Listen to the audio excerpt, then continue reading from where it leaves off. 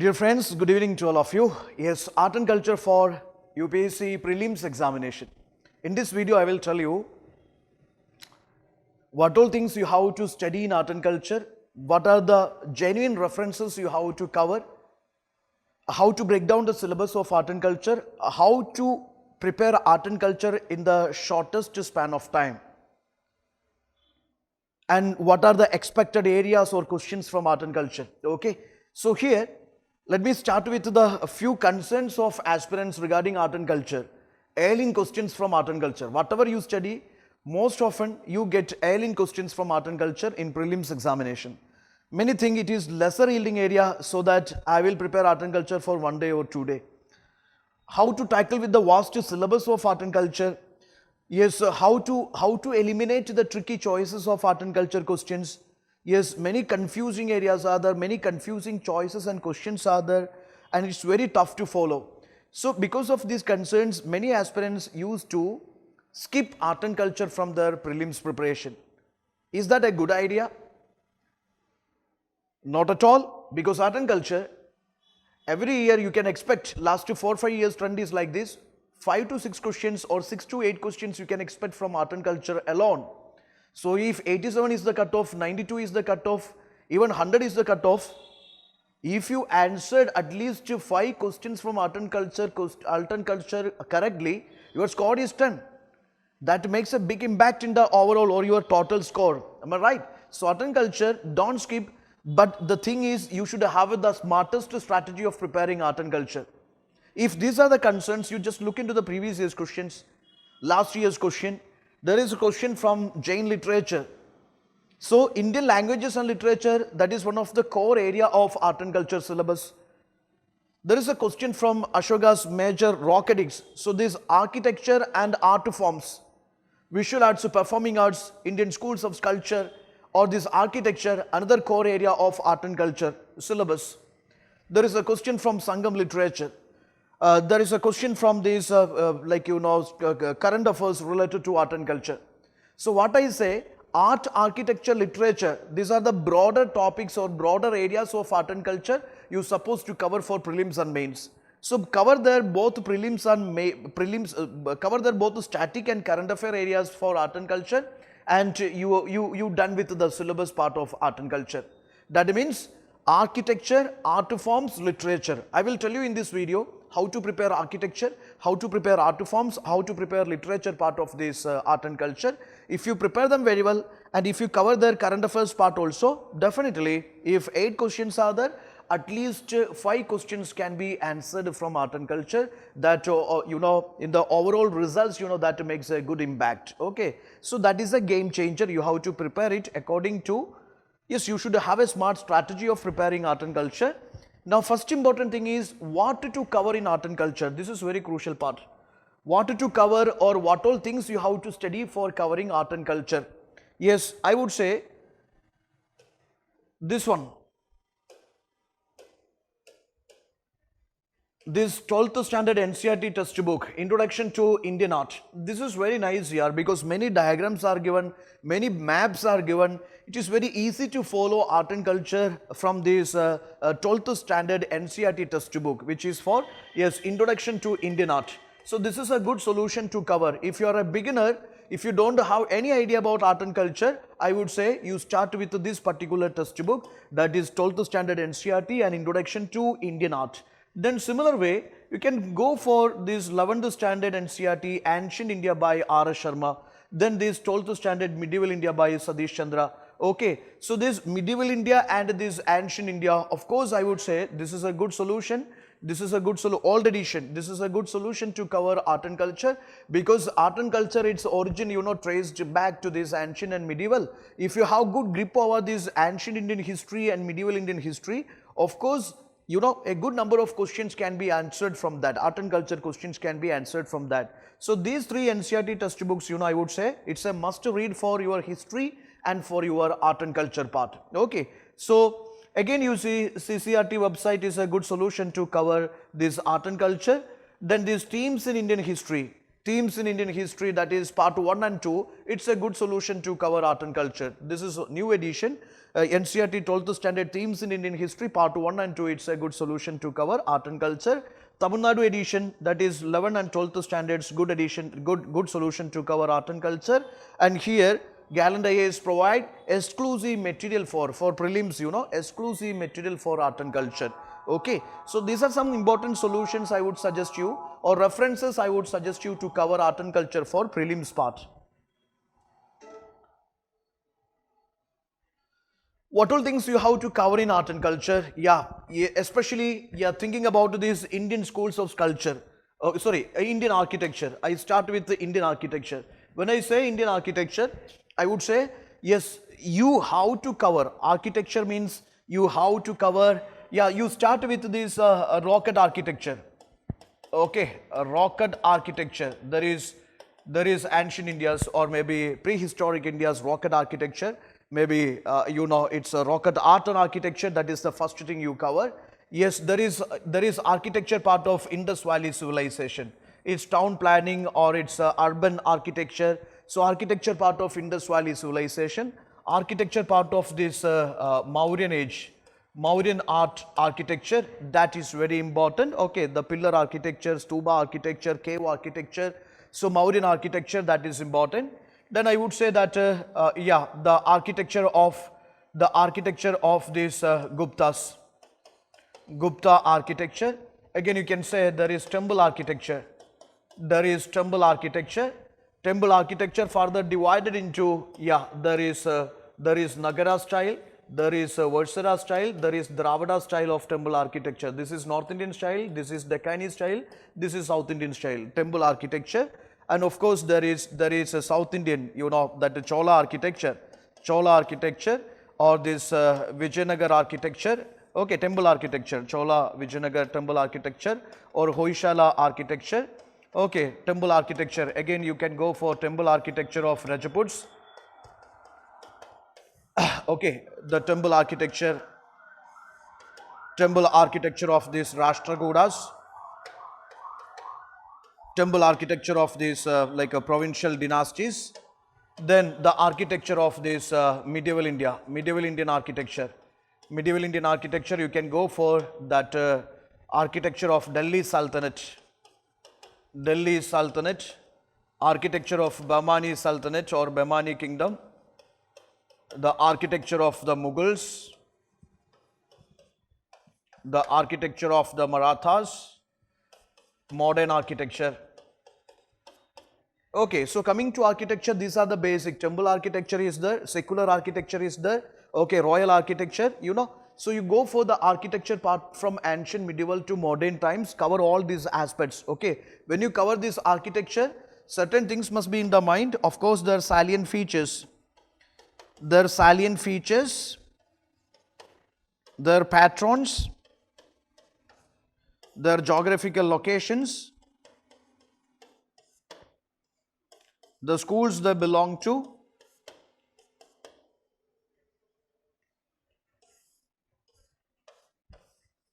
and their cultural significance. Their cultural significance, whether it is part of that UNESCO heritage sites, okay, UNESCO heritage list or not, okay. So these are angles you have to cover, and the easiest solution is, you know, you can even prepare the flowcharts, diagrams or maps of such temples.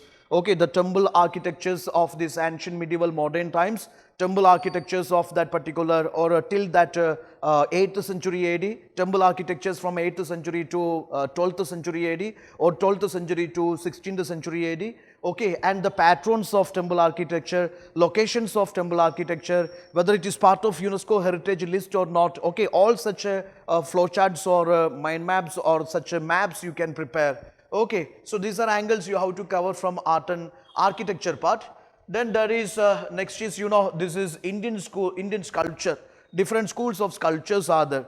Okay, different schools of sculptures. Sculptures, again, I would say that you can start with this IVC sculpture. You can go for Mauryan sculpture. Okay, you can go for that sculptures belonging to Sangam age. Sculptures belonging to Sangam age. You can go for that post Mauryan schools of sculpture.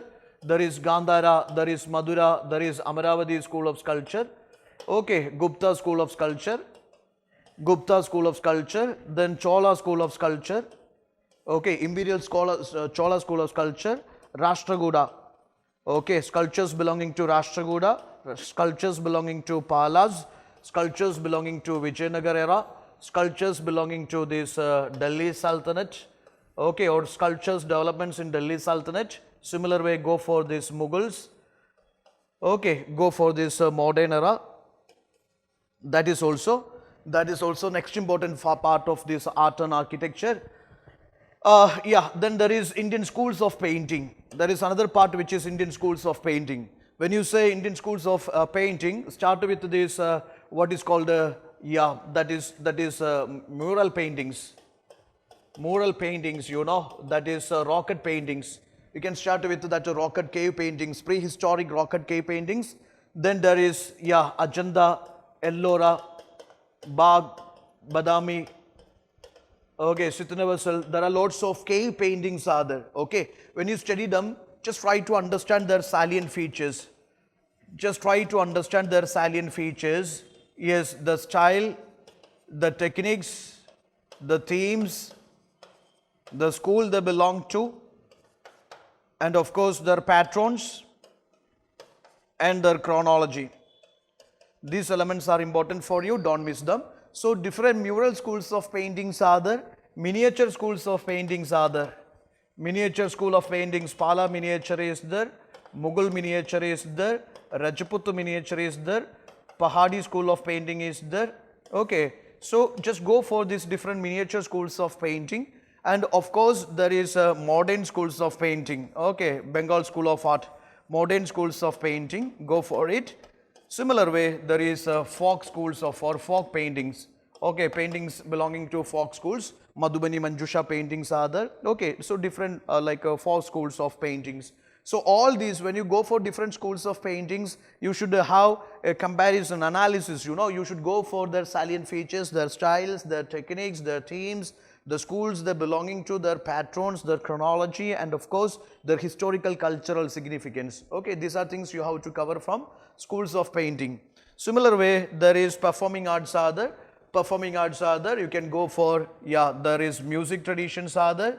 Music traditions are there. Dance traditions are there.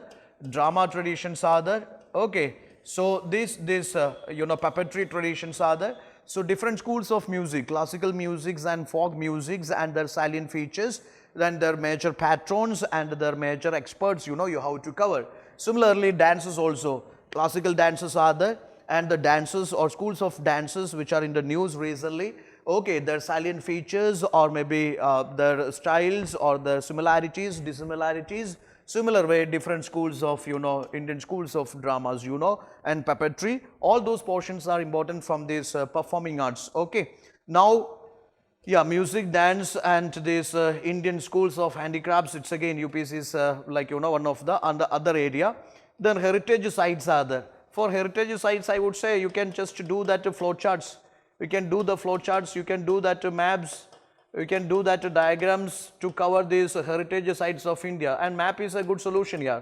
You can go for maps, Indian map, you know, there you can just locate the sites of popular temples or maybe these caves, rocket cave architecture, or you can do these different schools of paintings, or you can do these various schools of dances, okay, or maybe you can do that particular what is called yeah, Buddhist Jain sites. Okay, so map is a good solution. That way you can cover these heritage sites of India. Okay, Indian languages and literature. This you have to study, you know, together.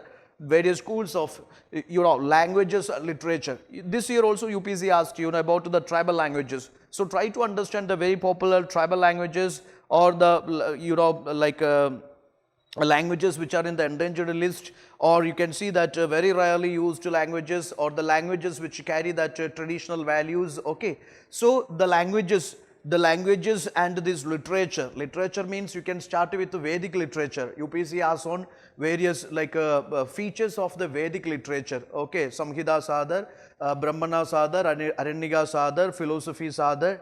Okay, their categorization is there. So there can be a question like this also. Vedic literature versus Sangam literature. So literature is important, then Mauryan literature, Arthashastra, Kaudilya's Arthashastra is important, popular dramas of ancient India or popular travelogues of these ancient medieval, travelers, historians, and of course this literature belonging to that Gupta age, literature belonging to that Vijayanagar age, literature belonging to that Mughal age, literature belonging to that colonial age. So the literatures, the authors and their works, or authors and their popular, findings, all those can be asked. So try to understand. Language and literature is again important for you. Religions in India, especially Buddhism, Jainism, it's a core area. Continuously UPSC asks on these various aspects of Buddhism, Jainism. Similar way, many heterodox sects are there, religious movements are there. Coming to medieval India, Bhakti Sufi movements are there, philosophers and acharyas are there. Bhakti saints are there, women saints are there, their teachings are there, philosophies are there, their popular compilations are there. So that thing is important for you. Indian schools of philosophy, different schools of philosophy. There is a Samkhya school of philosophy, Nyaya school of philosophy, Vaiseshika school of philosophy. So, these heterodox schools of philosophies are there, orthodox schools of philosophies are there. So, various schools of philosophies, that's again very important for you. UPSC continuously asks you questions. Awards and honors sometimes they ask. Martial arts sometimes they ask, then the festivals sometimes they ask, various festivals, okay, festivals, the tribal communities, tribal festivals and their celebrations, that's again very important. Then of course cultural institutions, questions related to cultural institutions which is important for you. Then another important area is of course personalities, related to culture, that is important for you.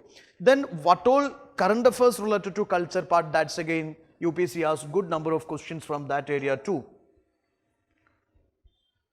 Now, what is the strategy of art and culture preparation? I would say that it is always nice to cover at least last 10 years questions, last 10 years questions. You cover from at least from 2011 to 2022, okay, at least 10 to 12 years questions you cover, previous years questions, previous years questions you cover, because previous years questions, solving previous years questions, that will give you exact idea where to focus, what to focus in architecture, literature or art forms. Okay, where to focus in art and culture. For understanding the pattern, the trend and requirement of art and culture in prelims, you have to solve, you have to go for at least last 10 years question paper. Okay, previous year questions you have to cover. Okay, art and culture questions you have to cover. Then I said you have to start with NCERT. I have shown you the NCERT reference books, Start with NCERT because NCERT is very easy to follow and it is very simple to understand. Okay, so cover the NCERT and good number of these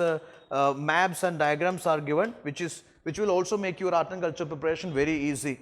Okay, another important thing is, yes, you must list out or you must prepare a list of important topics you cover. Okay, important topics, make short notes. For example, you are covering IVC, art and culture of IVC, make the short notes for each. It's architecture or it's art forms, you make a short note for it. You are talking about, you are learning on that Gandhara, Madura, Amaravati schools of sculpture or Nagara, Dravida, Versara styles of temple architecture. Anything you study, make short notes of each, which will definitely help you to cover this art and culture easily. Okay, make short notes for each and cover the topics, theme based or topic based, preparation of art and culture would be much better. Okay, you can finish architecture first, literature then art forms, that way also you can cover. Then you give repeated mock test, okay, multiple mock test I would suggest you. Usually people, they don't give importance to art and culture test and all, but it is very nice if you give at least 2 full tests on art and culture, that would be, yes, that will give you an edge in the final exam. So mock test, that is crucial part, because then only you can have a self-assessment what you learned art and culture, what you learned from art and culture, what all you missing in art and culture. Then multiple times revision matters a lot, for which you can use flowcharts, diagrams, etc. Then sites and themes in the maps. You try to use maps, you mark the sites and themes in the maps, which will help you to go for an easier, quicker revision of art and culture. I said NCERTs, which I suggest you, it is most authentic sources and easiest way of covering art and culture, so don't skip that. Gallant IAS will provide that material also. Preparing flowcharts, preparing these diagrams, preparing this PPT, just like I used to do. Okay, PPT with some important images, funny images on each topic or each aspect, each theme. That is also an easiest way of covering art and culture. So these are some solutions I am suggesting you to cover art and culture in the quickest way, the shortest time. That's it. These are the things I would like to share with you in this video. And we are also doing art and culture full course, crash course, that is on this 27th March. Interested students can join this art and culture course both online and offline. All the best wishes. Thank you.